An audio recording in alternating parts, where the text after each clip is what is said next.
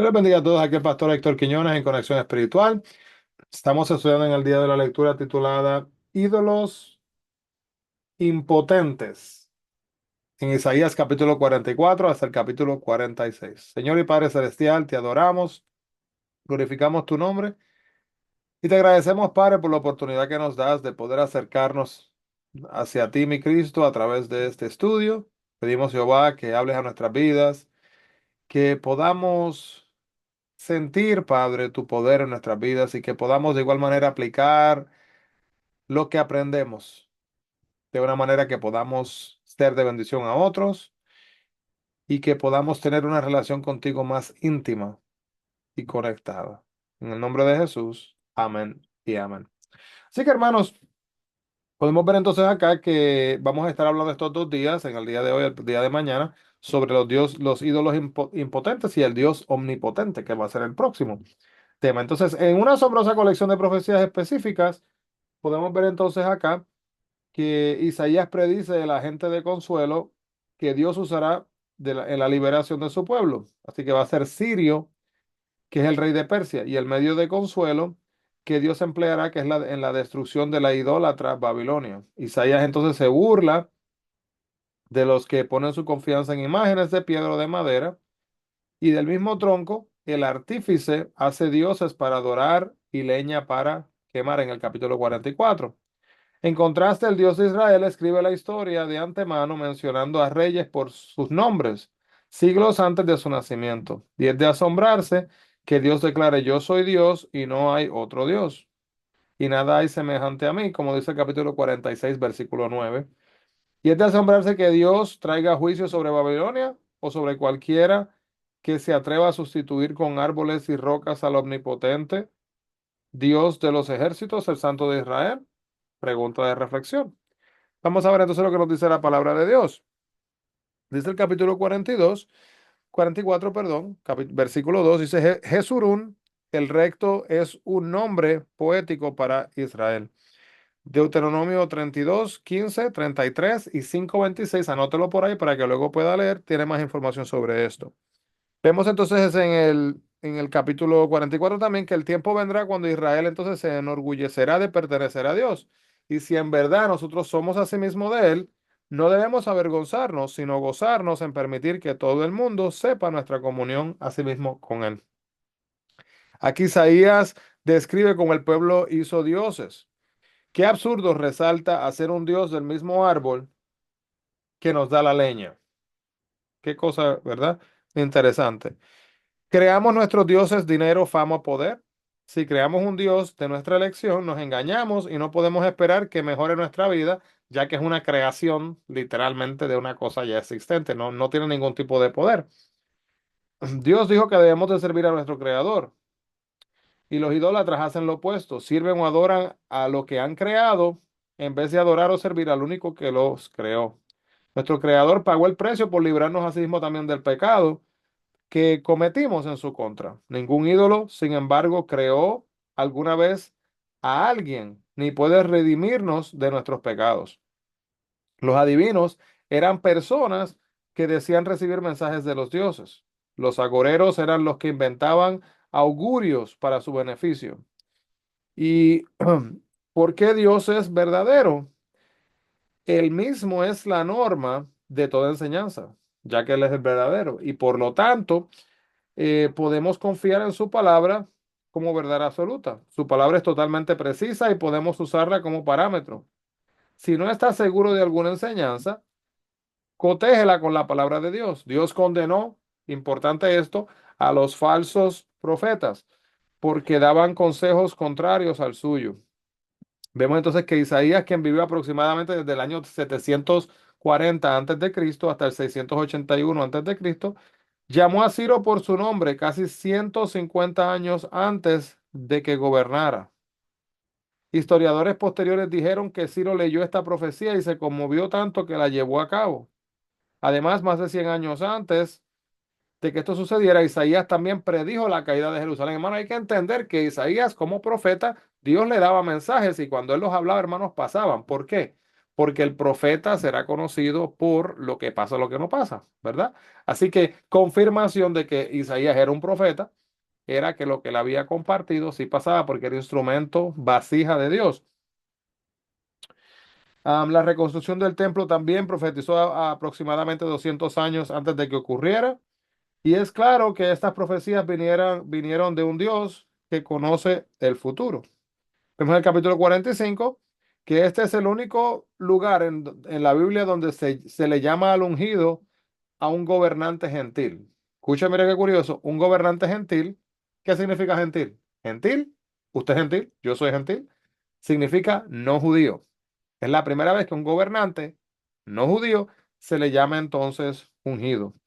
Dios es el poder que está por encima de todos los poderes y él unge a quien elige para llevar a cabo tareas especiales. El reino de Ciro se extendió a 302.000 a 3.220 kilómetros, el más grande imperio entonces conocido, e incluía los territorios de los imperios, asirio y babilónico.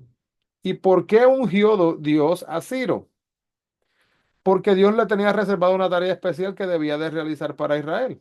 Ciro permitiría que la ciudad de Dios, Jerusalén, se reconstruyera y también que liberaría a los cautivos sin esperar nada a cambio.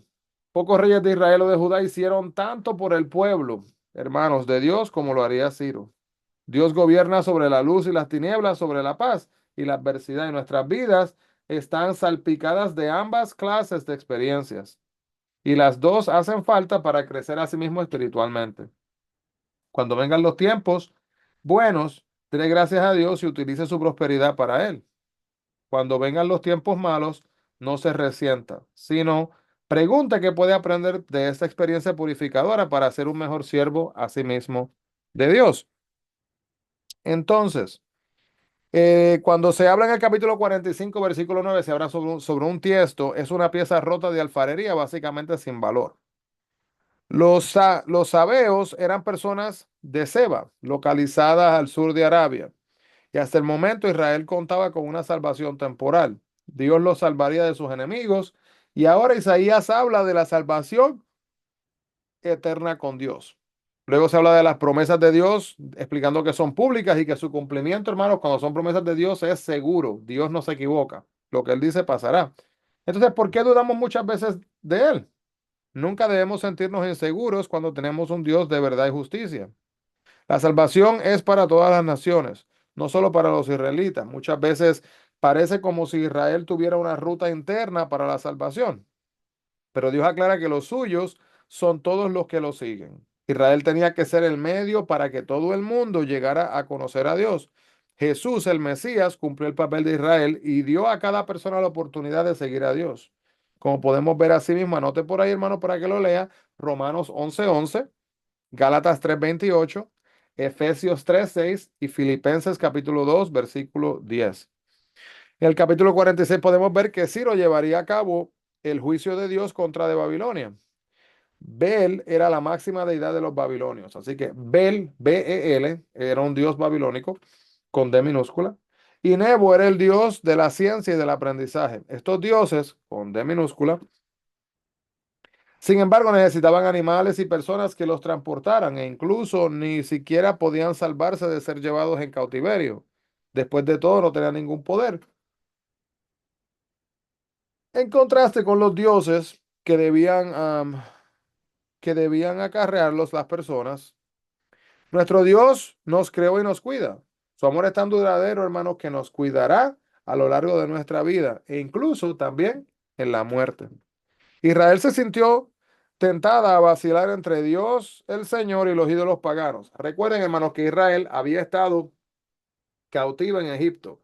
Y cuando estaba ahí cautiva en Egipto, ¿qué hizo? Estaba mirando lo que hacían los egipcios, viendo cómo ellos adoraban a estos dioses y empezó vamos a decir, a pegársele, ¿verdad? Esas enseñanzas egipcias a ellos y ellos también empezaron a adorar a estos dioses falsos. Ahora ya no están en ese sistema ya, en esa nación, pero se han traído esas malas costumbres. Y es una mala costumbre, hermanos, que literalmente sigue mostrándose a cada momento en la vida de ellos. Entonces, Dios es único en el conocimiento y el control del futuro. Su firme propósito es realizar lo que se ha propuesto. Y cuando nos sintamos tentados a perseguir algo que promete placer, comodidad, paz o seguridad, separados de Dios, recordemos, hermano, nuestro compromiso a sí mismo con Él. Gran parte del libro de Isaías habla de una liberación futura, cuando todos viviremos con Dios en perfecta paz. Dios no solo ofrece esta esperanza futura, sino también ayuda para las necesidades presentes. Su justicia está cerca de nosotros y no tenemos que esperar por su salvación. Así que, hermanos, vamos a poner nuestra vista en Cristo y no en estos dioses, estas cosas que están a nuestros alrededores. Algunas personas usan hasta objetos de la suerte y le atribuyen a esto y aquello. Y que mire, cuando yo gané el campeonato de baloncesto, yo tenía este puesto aquí. Y como tenía esto, pues yo me lo pongo porque me trae suerte. O yo tenía estos lentes y no los puedo quitar. Y se me rompieron. ¿Qué voy a hacer? Y cualquier otro invento que le da a la gente, hermanos. Hermano, Dios es Dios. Dios no necesita un amuleto. Dios necesita fe y confianza en Él. Y Él hará su parte. Amado Dios, te adoramos y agradecemos, Padre, por todo, por esta oportunidad de meditar en tu palabra. Pedimos, Padre, que nos ayudes y nos des entendimiento para que así podamos seguir creciendo diariamente en tu palabra. Te adoramos, Señor, y pedimos asimismo que guíe nuestros pasos, Espíritu Santo, y que podamos ser más y más como tú diariamente. En el nombre de Jesús pedimos estas cosas, mi Cristo. Amén y amén. Dios le bendiga grandemente, hermanos. Bendiciones a todos y recuerden, busquemos la presencia del Señor.